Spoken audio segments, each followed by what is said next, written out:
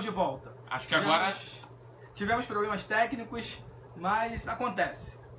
Agora eu acho que está definitivo, acho que o áudio está consertado. Por favor, nos deem um feedback aí quem estiver assistindo ao vivo.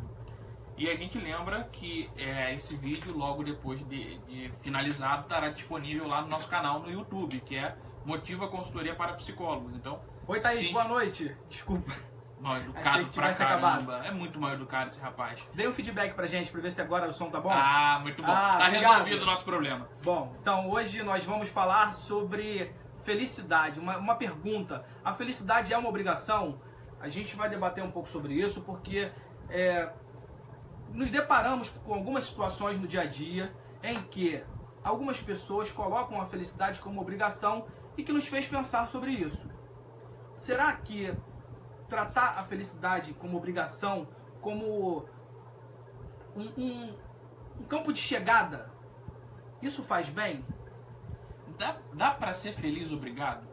Eu acho que é esse um ponto de partida para nossa reflexão, né? Porque, claro, a felicidade é algo que todo mundo busca, ou pelo menos a gente deseja encontrar.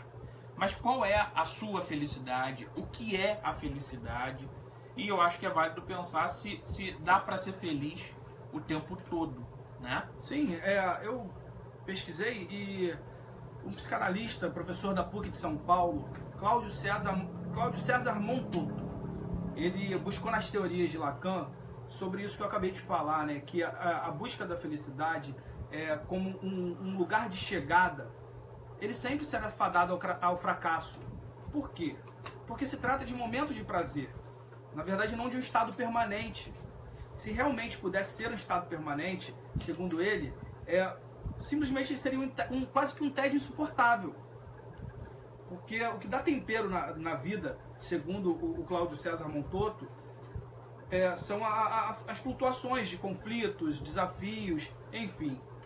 Essa variação aí que faz a gente ter momentos, sim, de prazer, de felicidade, mas também de angústia, de sofrimento, que faz essa variação. Vai você. Então, olha só. Hoje a gente vive uma sociedade pós-moderna, né?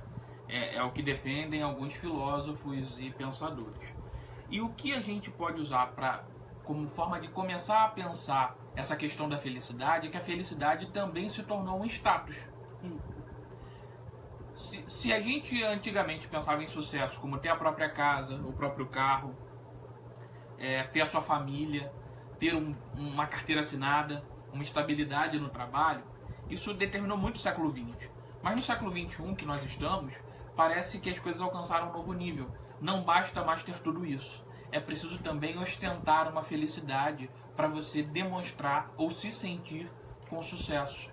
E a pergunta que fica é, será que alguém que não se sinta feliz é um fracassado?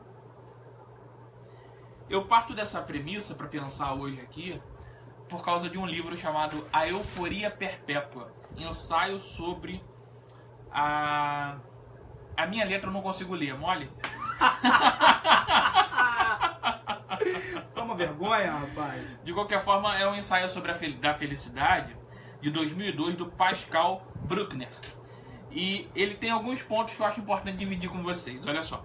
O século XX consolidou a transformação do direito à felicidade para o dever de ser feliz. O que isso quer dizer? É que durante muito tempo a felicidade nem era considerada, né? Se a gente pensar na história da humanidade, a felicidade não era uma prioridade, era algo simplesmente não importante, você vivia porque tinha que viver, era mais no campo da sobrevivência e das obrigações. Em algum ponto, provavelmente em algum século aí distante, 14, 15, a felicidade começou a ganhar o lugar de direito. É importante lutar por essa felicidade. Com o avançar do tempo, a gente passou para um outro nível, que além do direito, se tornou um dever. E isso se consolida nesse século que a gente está e nessa forma de se relacionar que a gente tem. Essa obrigatoriedade à felicidade. E, antes de passar para lá, só vou terminar de ler esses tópicos e a gente debate aqui. A obrigação de ser feliz, ela hoje ocupa um lugar no imaginário e acaba gerando frustração e depressão. E o que está colocado é que ou você é feliz e aí sim você é alguém de sucesso, ou você não é feliz e aí sim você é fracassado. Essa é uma síntese superficial desse trabalho do Pascal Bruckner. Sim, e a Carmen Silva Cervelati, ela é diretora da Clínica Lacaniana de Atendimento e Pesquisa em Psicanálise. Eu peguei um trecho de um texto dela aqui também que corrobora justamente com o que você acabou de falar, que o imperativo de felicidade é determinado pelo discurso capitalista. Sim. Na medida em que incessantemente oferece objetos e a satisfação que seu consumo gera é mais fugaz a cada dia. Isso favorece a ilusão de que ter aquilo que supostamente todos poderiam ter é sinônimo de felicidade. Porém, constata-se que todos iguais, né, entre aspas, no gozo conduz a um consumo desenfreado e a patologias bastante específicas como as compulsões. A gente entra nessa de que a felicidade muitas das vezes é ser igual ou ser mais próximo possível daquilo que a gente vê no campo maior.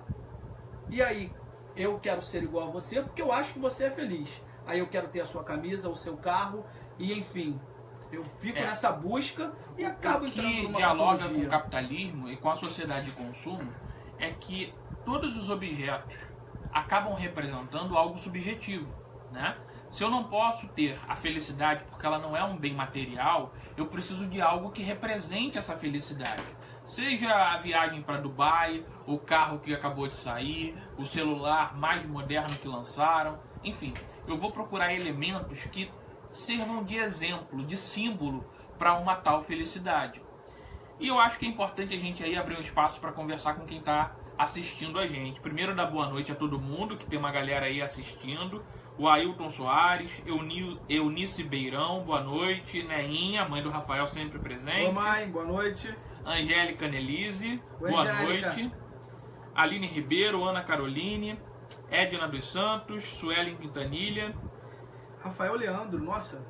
E a Eunice Beirão já começa com uma pergunta, ou seja, o que é a felicidade? A gente aqui talvez não vá conseguir te dar a resposta, mas talvez a gente possa pensar junto se existe essa resposta universal, se essa felicidade ela pode ser comum para todos, ou se a gente está falando de uma felicidade particular que cada um terá que inventar. Vivi Pereira, boa noite, olá. Oi, Vivi. Acho importante a gente falar um pouco do que a gente estava conversando aqui por trás dos bastidores, sobre o que é ser feliz para cada um, né? Porque, inclusive, as diferenças de classes sociais vão ter essa visão de felicidade de uma forma absolutamente diferente. Talvez aquela pessoa que nasceu numa comunidade em que tivesse poucos recursos, felicidade para ela seria ter uma casinha, um teto para morar e comida na mesa. Agora, será que uma pessoa que nasceu, entre aspas, um famoso berço de ouro, simplesmente ter um teto para morar e comida na mesa é sinônimo de felicidade? Eu acho que assim, pra gente poder dividir com quem tá assistindo e quer ouvir vocês, a gente quer ouvir você aí, será que a felicidade hoje pra você é igual a 10 anos atrás? Será que o que te fazia feliz há 10 anos atrás te faria feliz hoje novamente? Porque também tem isso, né? A gente tenta, claro, elencar alguns símbolos de felicidade. Mas será que esses símbolos são permanentes ou eles podem mudar com o tempo? Será que o que dá prazer e satisfação pra gente hoje vai ser a mesma coisa daqui a 10, 20 anos? A Angélica está fazendo um comentário aqui. Para mim, ser feliz não significa necessariamente estar bem sucedido ou bem relacionado, e sim se sentir bem consigo mesmo, independente de qualquer coisa, e ser grato com a vida num todo. Muito bom. A Suelen Quintanilha está dizendo que o significado de felicidade é diferente para cada um. O que é felicidade para mim pode não ser para você. E a Eunice está dizendo que crê que a felicidade quem faz somos nós mesmos. Bons comentários para polemizar e para a gente pensar. E eu vou trazer mais um elemento, né? O Paul Bruckner fala de que esse imaginário da felicidade ele acaba culminando em frustração e depressão. E aí eu fui pesquisar e a OMS lançou em fevereiro desse ano não é um artigo, mas é um conteúdo bem legal sobre depressão e outros transtornos mentais comuns. Tá lá no site da OMS em inglês, mas o conteúdo é bem legal. E eu trouxe algumas coisas pra gente pensar aqui. No Brasil, 5,8% das pessoas sofrem de depressão. e 9,3% de ansiedade da população brasileira. Ou seja, se a gente somar aí, quase não, 15% das pessoas sofrem de depressão ou ansiedade no Brasil.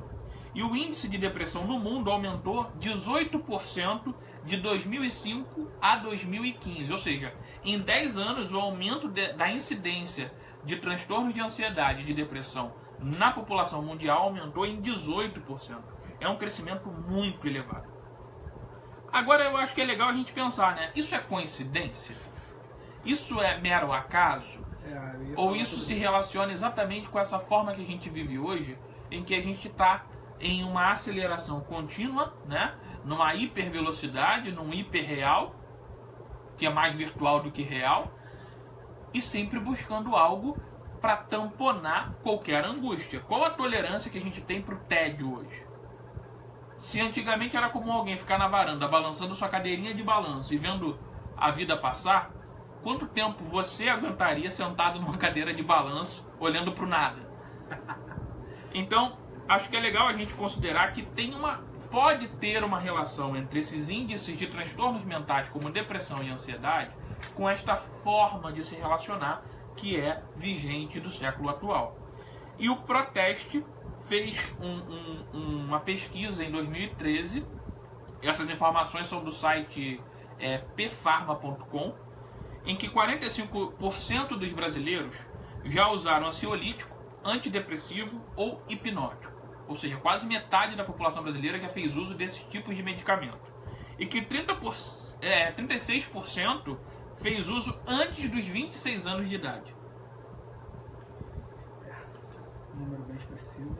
Bem expressivo o número, e pessoas jovens, né? O que está acontecendo com a nossa juventude que precisa usar de ansiolítico, antidepressivo ou hipnótico. E 50% das pessoas alegaram que usaram algum tipo desse medicamento por problemas para dormir. O que está tirando o sono do pessoal, né? Claro que problemas concretos todo mundo tem, né? Mas até que ponto os problemas concretos não são causados por questões subjetivas, questões emocionais? Eu acho que é bom pensar. Sim, eu vou trazer aqui uma pesquisa no qual a gente discutiu, que foi feita pela Júlia Tolesano. Na verdade, ela tem um canal no YouTube e ela é jornalista brasileira e tal. Ninguém conhece Júlia Tolesano. Ela é conhecida como a Jujute. Isso. Ela fez uma pesquisa em que ela perguntou para algumas pessoas, ela fez 2 perguntas para algumas pessoas. A primeira pergunta era: você se acha bonito? E 98% das pessoas responderam: às vezes sim, às vezes não, depende. E logo depois ela perguntou se as pessoas são felizes. E a maioria respondeu que sim, sem titubear. Ou seja, se considerar bonito, pode ser que sim, pode ser que não. Mas quando você pergunta se as pessoas são felizes, elas respondem de imediato que sim, sem pensar. E ela questiona: por que se você é bonito às vezes sim, às vezes não? Você é feliz o tempo todo? Você é feliz 24 horas por dia? E aí as pessoas paravam para refletir e respondiam que às vezes eu não estou tão feliz assim. Então é uma coisa para a gente pensar. E a questão colocada é: por que a gente suporta responder que não se sente tão bonito às vezes? E por que a gente não suporta responder que não se sente feliz às vezes? E alguns dos elementos desse vídeo, vale a pena conferir lá no YouTube, diziam que, bom, às vezes é um pouco arrogante se dizer bonito. Verdade, ela toca nisso, né? Então é melhor dizer que você nem sempre é tão bonito, que você é mais ou menos, né? Normal. Mas né? Não é arrogante afirmar que é feliz. Essa é a questão. Por que não é arrogante se dizer feliz, mas é arrogante se dizer bonito? Porque a felicidade não está nesse lugar, então, de um privilégio. Porque a beleza pode estar, né? Nem todo mundo é bonito, a gente sabe disso, não precisamos esconder a nossa feiura. Mas a questão toda é que a gente parece precisar esconder a nossa infelicidade. Por quê? E a gente tem pessoas que falam, né? Não, felicidade é um dever, tem que ser feliz. Por que tem que ser feliz? O que isso quer dizer, né? O que vocês acham aí? Tem que ser feliz? A Angélica Nelisa está comentando uma coisa legal. Posso estar triste e mesmo assim ser uma pessoa feliz. E aí? Acho que vai da leitura que eu fiz sobre aquele trecho de Lacan, dizendo sobre os momentos, né? Lacan? Sim, o do Cláudio César Montoto, ele fez em cima da base teórica de Lacan, mas sobre os momentos de prazer e também os momentos mais tristes. Mas vamos mais confundir mais a cabeça do povo. Prazer é felicidade? É a mesma coisa? Tem prazeres e prazeres, né? Acho que vale a pena a reflexão individual aí de quem está assistindo. Será que todo prazer é equivalente a uma sensação de felicidade? Ou toda felicidade é igual a uma sensação de prazer? Não, acho que não. Acho que não. Por quê? Qual é a diferença? Acho que não sei, eu paro pra pensar aqui, mas nem todo prazer me causa felicidade. Acho que é bom pensar. Talvez tenha alguma diferença aí, né? Me veio aqui um momento rápido, mas pessoas usuárias de tabaco, por exemplo. Uma pessoa que fuma um cigarro, naquele momento ela está fumando, porque o cigarro ele funciona como um ansiolítico. Naquele momento que ela está tragando um cigarro, ela tem um momento de prazer. Não significa que ela está sendo feliz naquele momento. Isso aí. É um bom exemplo para a gente pensar que talvez as coisas não sejam tão simples quanto parece. Mas eu acho que o inverso cabe. Toda felicidade contém prazer. Eu acho que eu não consigo me lembrar aqui de algum momento que eu estava feliz que eu não estava tendo prazer com isso. Ok, acho justo. Eu acho que, assim, não pretendo definir isso, mas eu acho que é legal essa reflexão, é legal pensar sobre isso, de que, de fato, existem prazeres que não são felizes. Existem prazeres que, na verdade, eles ocupam mais o papel de nos aliviar de alguma tensão ou angústia do que de proporcionar alguma felicidade. Isso é no ponto de vista de quem está de fora. Eu acho que a Annelise está fazendo um comentário sobre o seu exemplo do tabaco, de que a leitura de que a pessoa não está feliz fumando cigarro é uma leitura de quem está de fora. Eu vou aprofundar mais a reflexão. Muitas das vezes, a pessoa que fuma, naquele momento que está fumando, não tem nem a percepção de que está fumando. Ela não para perceber que acendeu um cigarro e vai tragar. Muitas das vezes eu convivo com muitas pessoas, eu trato algumas pessoas que passam pela dependência do tabaco e se torna algo tão comum no dia a dia que às vezes é tão, assim, natural. Vai pegar um cigarro, não se dá conta do que está acontecendo, mas naquele momento ela sente prazer com aquilo. Mas não fica uma questão quase que consciente do que está fazendo. Eu acho que tem outros exemplos. Se a gente for para compulsão alimentar, quando você vai lá roubar... Olha lá, é automático. A geladeira, quando você não consegue parar de comer ou não consegue parar de beber. Você tem prazer, mas você não necessariamente se sente feliz. E isso não é uma questão de achismo, é uma questão de relato. As próprias pessoas relatam isso, as pesquisas indicam isso. O alívio do desprazer, ele gera prazer, mas não quer dizer que gere felicidade. Você se sentir aliviado não é o mesmo que se sentir feliz. Eu acho que é importante a gente destacar que existe de fato uma diferença. É claro que existem pontos de vista diferentes, podemos discordar, é até bom. Mas existe algo que é concreto, de que o alívio do desprazer não equivale à felicidade. Agora eu vou fazer mais uma reflexão aqui, vou provocar uma reflexão nas pessoas. Quantos de vocês será que ao presenciar uma pessoa próxima de vocês que estivessem talvez cabisbaixo, um pouco mais triste, não tentaram de alguma forma provocar, levantar essas pessoas, quase que... O que houve? Você tá triste? O que tá acontecendo? Chora não! Chora não! Será que vocês já não passaram por situações assim? E aí eu fico pensando que até a gente buscou algumas... Fizemos o dever de casa, nós estudamos, nos preparamos para poder ter mais propriedade para falar do assunto. E uma frase que ficou muito forte para mim, que a cobrança por felicidade nos deixa ainda mais infelizes. Uma pessoa que às vezes ela tá no momento dela mais entristecida, e a gente não sabe o que aconteceu. Todo mundo tem o direito também de se sentir triste. E aí ela sofre uma pressão externa para que ela se coloque para cima, para que ela se sinta feliz naquele momento. Ela fica pressionada e isso deixa ainda mais angustiada. Eu acho que essa reflexão é válida e fundamental para a gente pensar no título do que a gente está falando aqui. A felicidade é uma obrigação? Porque se a gente for obrigado a ser feliz, qual o grau de escolha a gente tem? E se a gente não tem escolha, como dar chance para a felicidade? Porque existe um campo aí complexo, uma área nebulosa. Dá para ser feliz obrigado? Dá para sorrir quando você de repente não está a fim de sorrir? Dá, a gente faz isso, a gente dissimula. Mas lá dentro a gente sabe a verdade, porque a gente engana o outro. Isso a gente faz frequentemente, mas não dá para enganar o tempo todo a gente mesmo. E eu acho que é nesse campo que se coloca essa pergunta. Como ser feliz obrigado? Como ser feliz, como se permitir sentir e viver felicidade se o tempo todo você está vigiando para que ela aconteça? E fazendo uma pausa rápida, a gente pede para quem está assistindo que compartilhe essa live para que mais pessoas possam assistir e debater com a gente.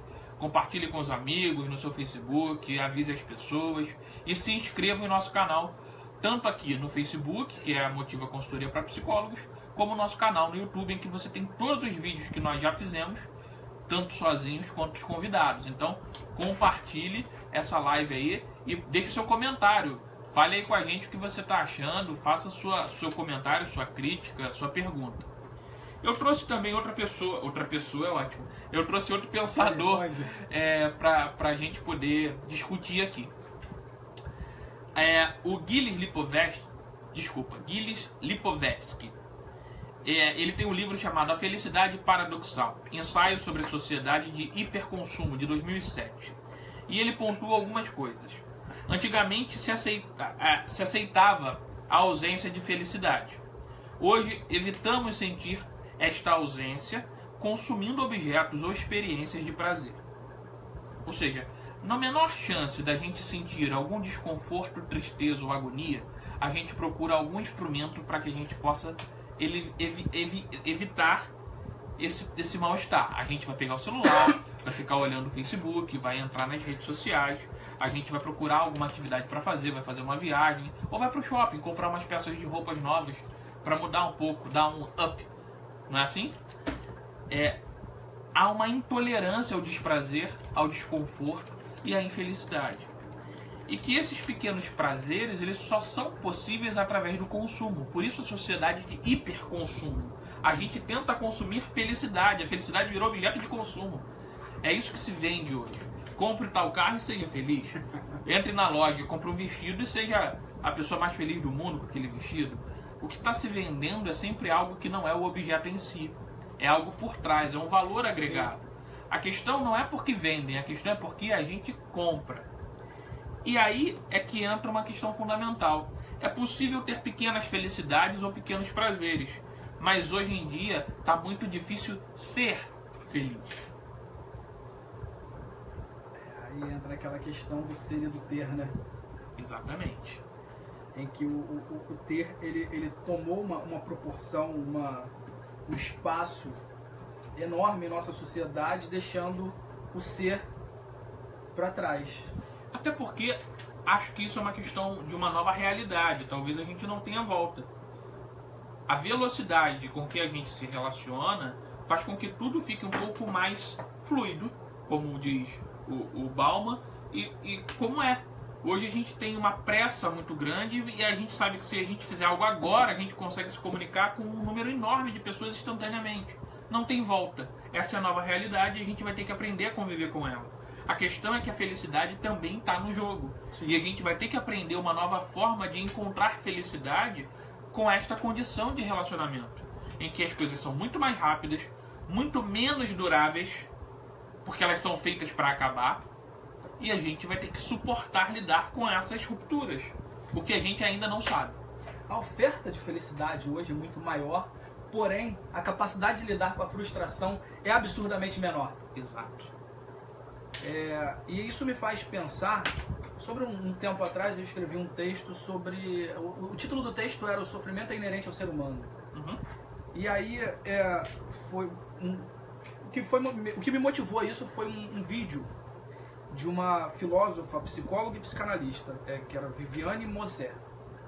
E ela falava sobre a importância do sofrimento, o quanto ele nos ensina. E que hoje essa busca pela felicidade, ela fecha as portas na cara do sofrimento de uma forma bruta.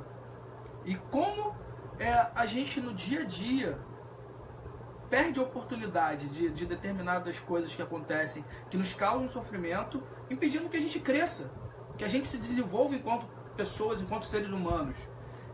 Ela cita até um trecho aqui que ela fala do rompimento da alma. Quando a gente consegue abrir as portas, abrir o coração para o sofrimento, ocorre um rompimento da alma e acaba se tornando maior o espaço para as contradições do mundo.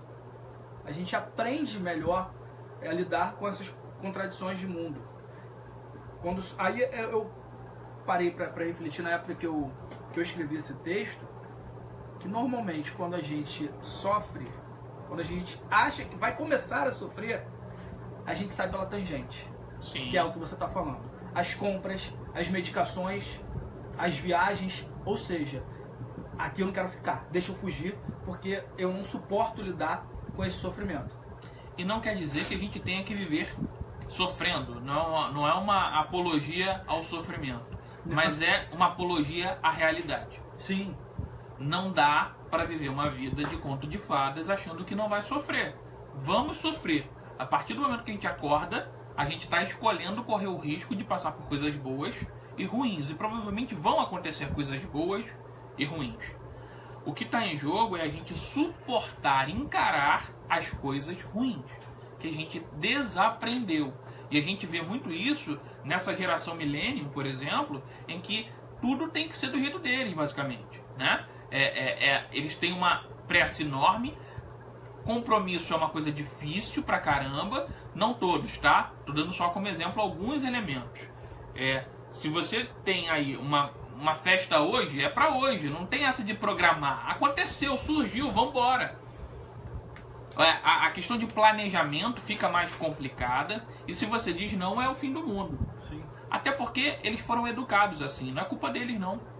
De alguma forma a gente teve uma geração anterior que entendeu que a filosofia mais interessante é: não posso dizer não para o meu filho. Eles não podem sofrer como eu sofri. Claro, ninguém vai sofrer igual, e eu acho que existem, aí se a gente olhar para trás, meios muito mais até pouco educativos de se tratar os filhos. Mas entre um extremo e outro, a gente precisa encontrar um meio termo, em que a gente consiga ter limites e consequências, assim como também ter reconhecimento. Porque quando a gente começa a tratar as pessoas de forma aleatória, em que eu vou dar presentes para elas sem que elas saibam por que estão ganhando ou por que merecem ganhar, a gente entra num campo de um exagero, de uma superproteção, em que não faz mais sentido as coisas. Se perde valor. Ah, mas você está dizendo o quê? Não é para dar presente? Não, dê presente, mas dê presente com motivo. E não aleatoriamente, não full time. As pessoas precisam ter motivos para as coisas. E isso tem a ver com ter motivação para a vida. Porque viver está ficando cada vez menos interessante para muitas pessoas. Justamente porque não tem motivo. Vou lutar para quê? Por quê? Se eu não consigo ser feliz. A questão é, você vai lutar para que você consiga suportar os momentos de infelicidade. A gente batalha, acorda e luta, não é para ser feliz o tempo todo, e sim para ter com o que se preocupar e se ocupar na hora que falhar a felicidade. Ou seja, na hora que o calo aperta, eu preciso estar preparado. Mais ou menos isso. Então há uma inversão aí de ponto de vista desse modelo atual que a gente tem, em que parece que todo mundo só se tolera feliz. Que só é legal conversar sobre coisas boas, que eu só vou assistir programas que me façam rir, e o cérebro parece que vai ficando do tamanho de uma amêndoa. Atrofiando. Então, em algum momento a gente precisa de um ponto de inflexão, um ponto de reflexão, de parar para pensar e falar, peraí, como eu estou administrando a minha vida? Como eu estou administrando a minha felicidade e como eu estou administrando a minha infelicidade? Porque a tentativa de fingir que não se tem infelicidade só faz a gente sofrer mais. Algumas pessoas fizeram um comentário aqui legal, né? A Jaqueline Guerra disse que realmente ela é fumante, tem satisfação, porém não se sente feliz em fazer mal a ela mesma. E a Aline Ribeiro disse que só dá presente para o filho quando ele merece. Esse negócio de ficar presenteando a todo momento não existe. Pois é, Aline, eu vejo casos no consultório, ouço falar também de situações muito delicadas, em que é tão... Porque o problema não é nem no presente, não é você chegar hoje em casa e trazer um chocolatinho de presente para o seu filho ou para sua filha. O problema é quando isso se torna constante, faz parte da relação. Porque a hora que faltar o chocolatinho, a hora que faltar o presentinho, quem é você para essa pessoa, né? Qual foi a base da relação? A relação se construiu à base de afeto ou à base de compra? É verdade. Aí vai reclamar depois quando pega um cartão de crédito, quando é uma pessoa consumista, quando não para de gastar, quando não tem noção de valores. Mas quem educou assim? Acho que tem muitas coisas que a gente faz sem perceber as consequências. Priscila Ribeiro. Na sociedade atual, não estar feliz é visto como fraqueza e algo que deve ser escondido. Acredito que as pessoas não querem ouvir a tristeza do outro, pois precisarão pensar nas suas próprias dores. Concordo, Priscila. É por aí. O problema é que a gente está virando uma sociedade de surdos, né? Em que todo mundo quer falar, mas ninguém quer se ouvir, porque só aceita ouvir aquilo que agrada, só aceita ouvir elogio, ninguém suporta a crítica. Ninguém quer ser criticado, é claro que não, mas a crítica é necessária. E você não cresce sem ela. Ninguém quer ouvir a tristeza do outro, porque exatamente vai tocar num ponto vulnerável de quem está ouvindo. Mas e aí, né? Vamos fingir que ninguém é vulnerável, né? Até que ponto a gente suporta sustentar esse personagem de uma felicidade constante? E eu, como não posso fugir à minha raiz, preciso citar Freud. O valor da felicidade é o valor da escassez do tempo. A felicidade, ela tem por condição o seu fim. Eu sei que é confuso, eu sei que é chato também pensar isso. Mas o que gera a felicidade é exatamente saber que isso vai acabar. Porque se ela fosse constante, como o Rafael falou, se a gente vivesse num estado sempre de felicidade, em algum momento isso seria chato. Porque ela deixaria de ser felicidade. É igual surpresa. Se você é surpreendido sempre do mesmo jeito, uma hora não é mais surpresa, né? Você já prevê, você já imagina que vai acontecer, e aí não tem mais graça. O que gera graça, o que gera alegria, o que gera felicidade é exatamente esse tempo que ela tem para durar, que a gente não sabe qual é, mas sabe que é curto, porque ninguém é feliz para sempre, o tempo todo. A frase do Freud que eu tirei para falar é justamente do contrário. Hoje eu tô mais pro sofrimento. Você tá melancólico hoje. O mal-estar é inerente à civilização. Mas é a mesma coisa dita de outra forma. E é isso, né? Conviver. Eu não tô falando conviver com o outro, não. Tô falando conviver com você mesmo.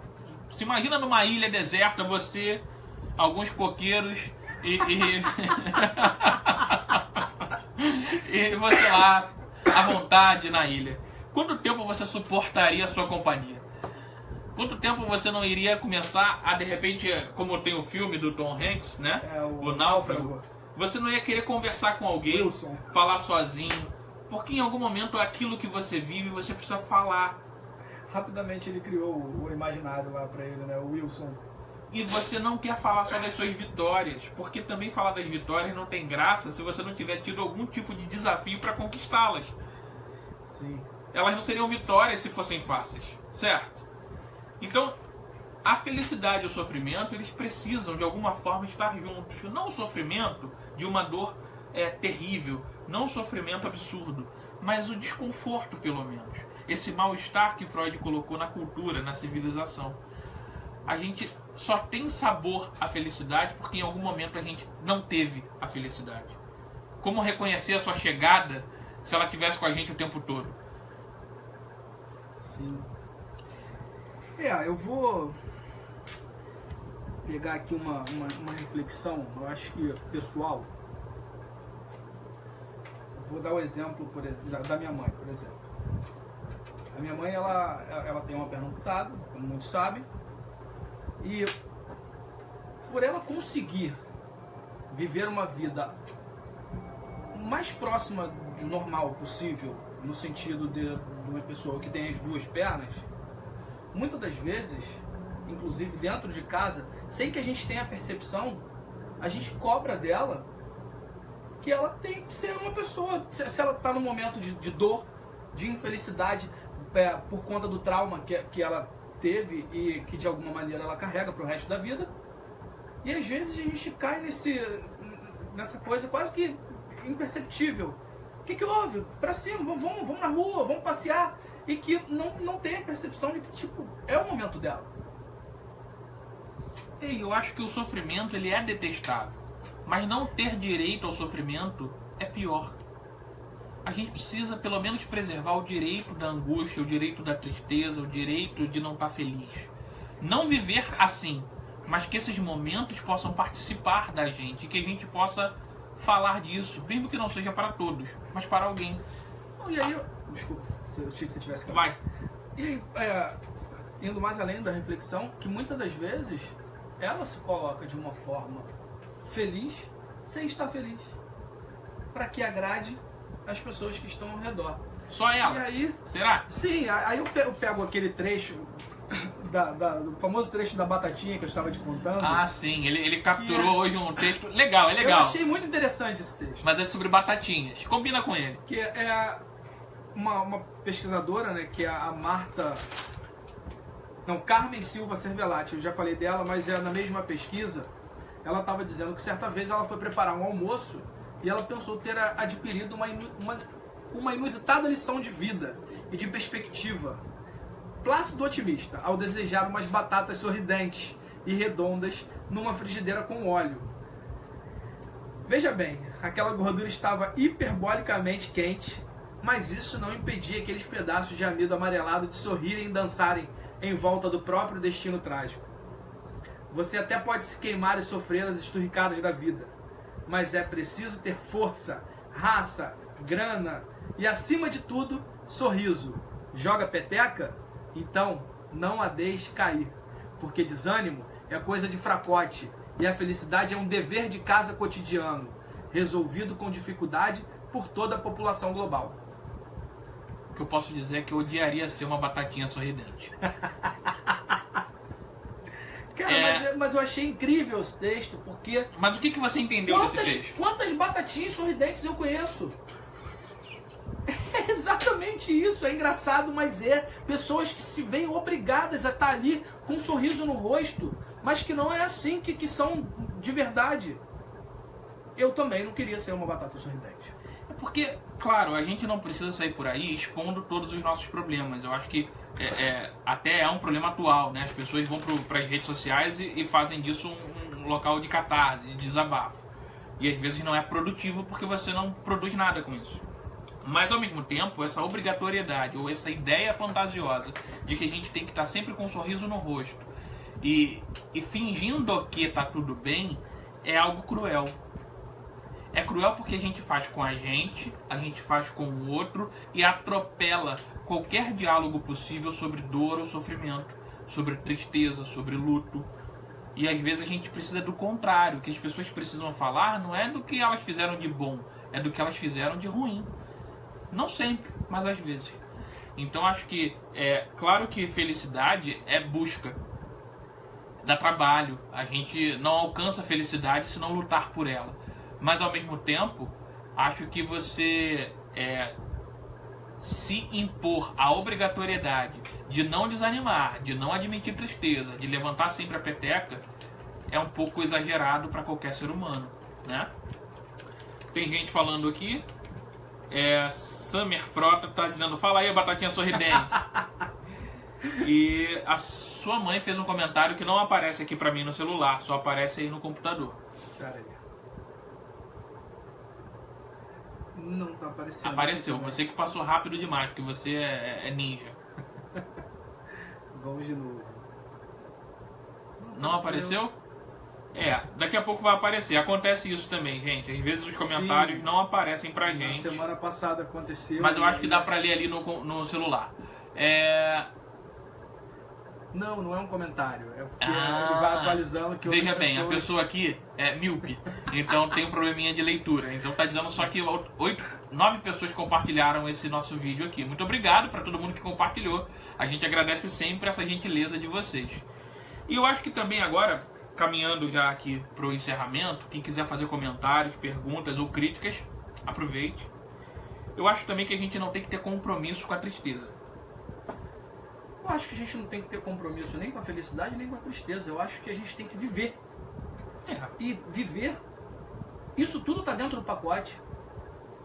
A felicidade, a tristeza, a angústia, o sofrimento. Eu acho que o viver é isso tudo. Mas muitas pessoas também, às vezes, entendem que viver é sofrer e se mantêm presas a situações extremamente angustiantes ou desagradáveis por um ideal fantasioso de que é assim mesmo, né? E nem sempre é assim mesmo. As pessoas têm direito de fazer escolhas. As pessoas têm direito de não querer uma vida infeliz. E isso é muito importante frisar, né? A gente não é obrigado a ser feliz, assim como a gente não é obrigado a ser triste. Se as coisas que a gente faz, a profissão que a gente tem, os relacionamentos que a gente tem, os lugares onde a gente mora, enfim, se a gente não está satisfeito e não está feliz, acho que é muito legítimo a gente buscar outras formas de encontrar essa felicidade. E mesmo que não a encontre, você tem o direito de tentar. Isso que você está falando, eu ouvi do cara que me motivou a estar aqui hoje na frente e Pat falar Adams? de psicologia. Ele falou isso pra mim. Meu Deus, eu tô ficando parecido com o Pat Adams. Eu acho que eu devo me preocupar. Porque, bom, eu fui estudar psicologia, algumas pessoas sabem, por conta de um filme que eu vi chamado Pat Adams, O Amor é Contagioso. E eu fui numa palestra, o Pat Adams é um médico americano, e ele falou exatamente isso. Se você não está satisfeito com algo que está acontecendo ao seu redor, seja no trabalho, seja na sua casa, mude. Busque os seus desejos. Porque muitas das vezes você não consegue mudar as coisas ao seu redor, mas você consegue se mudar. E é isso aí. Felicidade, pra mim, não é uma coisa que você tem garantida, né? Ela é uma aposta. Viver é uma grande aposta. E a gente vai apostar em coisas que vão dar certo e coisas que não vão dar certo. Em coisas que vão trazer um retorno muito bacana pra gente e coisas que não vão trazer retorno. A questão é o que sustenta seu movimento.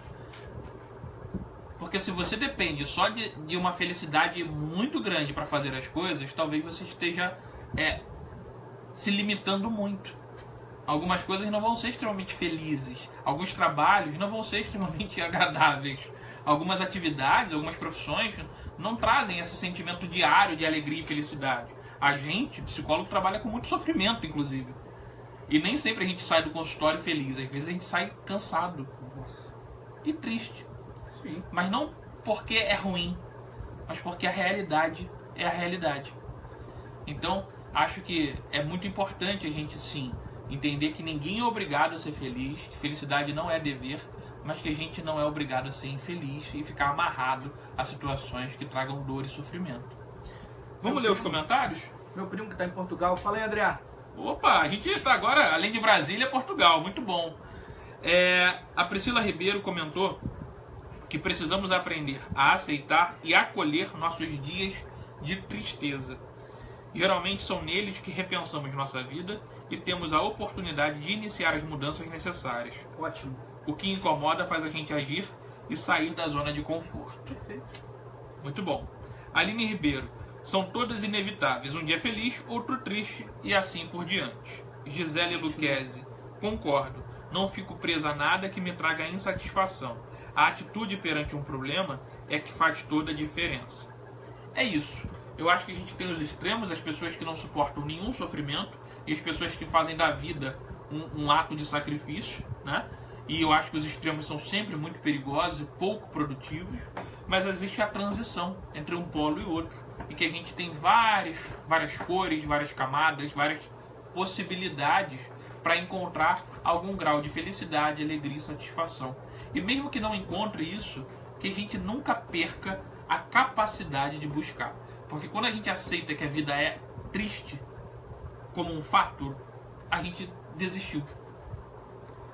Você está falando, talvez seja um pouco de exagero da minha parte, mas é porque eu estou lembrando da imagem utilizada num curso, que eu até vou falar sobre ele daqui a pouco, é a arte de um curso que é uma pessoa andando numa corda bamba. Não é exatamente, porque assim, pensar numa corda bamba, você vai se cair, você vai pro lado de cá ou pro lado de lá. Mas pensando nas extremidades, né? Pensando no muito feliz e muito triste, é porque me remete aos pacientes que sofrem de dependência química, que eles têm uma dificuldade enorme em lidar com as extremidades dos sentimentos. Muita felicidade e muita tristeza acaba tirando esses pacientes que sofrem dessa patologia do eixo. E aí me veio isso aqui, a corda bamba. Tentar buscar esse equilíbrio de nem muito exageradamente viver a tristeza e nem exageradamente viver só a felicidade, porque os dois campos nos ensinam e nos fazem viver com o pacote completo que eu citei há um tempo atrás. E é legal a gente considerar que alegria e tristeza, felicidade e infelicidade, sucesso e fracasso são coisas que coexistem. Não dá para ter um sem o outro. Eu sei que ninguém quer a parte lado B da vida, ninguém quer ver o lado escuro, mas ele precisa existir para que a gente possa dar valor à parte clara, à parte bonita, à parte ostentável da vida. Ostentável. Mas não que precisemos ostentar, mas eu digo que pra gente poder achar graça de um dia na praia, é preciso passar alguns dias fora dela. Porque o cara que tá lá trabalhando na praia todo dia, pra ele nem sempre é uma grande felicidade ir à praia, né? Então a gente precisa dessas dualidades na vida para poder dar sabor às coisas, né? E quando a gente se trata de uma forma a editar isso e só viver ou só mostrar o que é bom, o que é bonito, a gente certamente perde muito da nossa experiência de estar vivo. E acima de tudo, elimina o outro dessa possibilidade de se contactar com algo mais íntimo. E aí as relações ficam cada vez mais superficiais, em que a gente não mergulha, né, no outro. Não se permite que o outro mergulhe na gente e nem a gente tem o interesse de mergulhar no outro. E ficamos ali, naquela camadinha superficial do bom dia, boa tarde, tudo bem, como vai? Que dia lindo. Conversa de elevador, né? Conversa de elevador é ótimo. Ah, Marta. Oi, rapazes, boa noite, me atrasei. Oi, Marta, tudo bem? Me atrasei é ótimo. A querida, né? Ela já coloca como compromisso. É isso aí. É porque toda quarta-feira, pra quem tá a primeira vez assistindo a gente, toda quarta-feira tem live às 8 horas da noite. E ao final da live vai pro YouTube, pra quem de repente não pôde assistir na íntegra, quiser ver com calma outro dia, no final de semana, lá no YouTube tá disponível.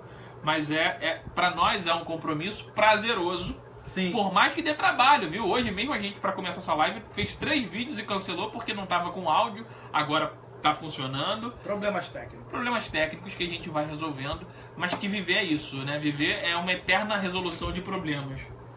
No caso, é um prazer e nos traz felicidade nesse momento. Muito, mas exatamente felicidade porque tem com quem interagir. Se verdade. A gente ficar só nós dois aqui falando pra câmera, uma hora a gente acha meio estranho, meio esquisito. A graça é exatamente ter interlocutores que trazem ideias, polêmicas, questões, pontos de vista divergentes. E é essa a graça, né? Acho que o diálogo é um exemplo disso. A gente não precisa concordar, mas a gente precisa expor os nossos pensamentos. Inclusive, quando a gente discorda aqui, o povo gosta, já percebeu? Bastante. As pessoas gostam de ver um sangue na tela. Mas é isso. Viver é esse contraste, né? É ter dias de alegria, ter dias de tristeza, ou até no mesmo dia ter momentos de muita alegria e momentos de tristeza. E coisas que são boas e ruins ao mesmo tempo, né? Se eu oscilar muito, eu fico preocupado, tio. Mas eu oscilo muito? Não, é porque você falou, tem momentos de tristeza no mesmo dia. Ah, sim. Aí já entra no campo das patologias, né? Mas de fato, acho que é bom pensar, né? Hoje em dia, quem não é bipolar? Não enquanto doença, mas enquanto emoções, sim, né? O dia é tão acelerado que a gente consegue ter uma mensagem muito boa e logo em seguida uma mensagem terrível. Sim, é verdade. a velocidade gera essa oscilação também, né? Não é só uma questão interna, como alguns casos, mas a gente vive uma outra forma de relacionamento. A Sabrina é a esposa do meu primo. Oi, Sabrina, ela está em Portugal também. Exato, é o que estamos vivendo, conhecendo outra cultura, amando a segurança, o equilíbrio da sociedade, porém tristes por estarmos longe da família e amigos. E é isso, se a gente for mergulhando cada vez mais, a gente vai percebendo que as questões são muito mais complexas do que parecem. E que felicidade e tristeza não sempre são antagônicas. Muitas vezes elas estão ali, ó, entremeadas. Você está feliz numa situação e triste em outra ao mesmo tempo. É complexo viver. Mas também quem falou que era fácil, né? Henrique Veloso assistindo. Fala, Henrique. Bom, eu acho que a gente pode começar a caminhar para o fim desse encontro. A gente agradece sempre a participação de todos. E acho que é muito válido voltar a citar aqui 2 livros que podem ajudar muito aí a quem está interessado em pensar sobre o tema. A Euforia Perpétua, Ensaio sobre o Dever da Felicidade, consegui ler minha letra, de Pascal Bruckner, de 2002. E A Felicidade Paradoxal, Ensaio sobre a Sociedade do Hiperconsumo, de 2007, do Gilles Lipovetsky. Acho que são 2 livros interessantes, que complementam muito o que a gente está dizendo aqui e que colocam essa questão de que a felicidade hoje, nessa nossa sociedade de consumo, ela também se tornou um bem a ser consumido. E o problema não é que você não possa consumir momentos e alegrias, momentos de felicidade e alegrias. O problema é fazer disso a sua meta na vida. É muito pobre ter só isso, né? Sim. Vou fazer merchan. Bom, pessoal, dia 12 de agosto, eu vou dar um curso nas Faculdades Integradas Maria Tereza, eu e o psicólogo Alexandre Brito. O curso tem o título As Políticas Públicas no Tratamento e na Prevenção da Dependência Química. Para quem tiver interesse, é só fazer a inscrição direto no site da faculdade, www.mariatereza.com.br. Vai ser dia 12 de agosto, um sábado inteiro, das 8 da manhã até as 17. Espero encontrar alguns de vocês lá. Bom, e acho que a gente vai ficando por aqui, né? A Marta Calazans está insistindo na ideia da gente aumentar o tempo da live. A gente pode até pensar sobre isso sim, a gente tem conversado, mas por algumas questões de logística e também para não ficar desgastante, porque 1 hora de live já é bastante tempo, a gente tem mantido esse tempo aí. Até porque às vezes a gente recebe convidados e eles também precisam encaixar a live na agenda deles. E já aproveito para avisar que semana que vem temos... Não vou falar qual é o tema não, aguardem segunda-feira que a gente faz a divulgação pela manhã. Mas eu tenho certeza que vocês vão gostar do tema. E que tem a ver muito com o que a gente está falando aqui, né? Dessa necessidade que a gente tem de estar sempre se compensando por qualquer angústia e tristeza. Seja comprando coisas ou tomando remédios. Claro que tá falando suspense. É importante o suspense. Fiquem interessados aí, acompanha a Motiva, seja no Facebook, no Instagram ou no YouTube. E segunda-feira tem novidade sobre a live da semana que vem. Bom, pessoal, sem demagogia, é muito bom estar aqui toda semana, debatendo, falando sobre alguns temas da psicologia, enfim, aproximando a psicologia de vocês. A gente vai ficando por aqui. Uma boa noite a todos, um bom restinho de semana e até semana que vem. Até. Tchau. Tchau.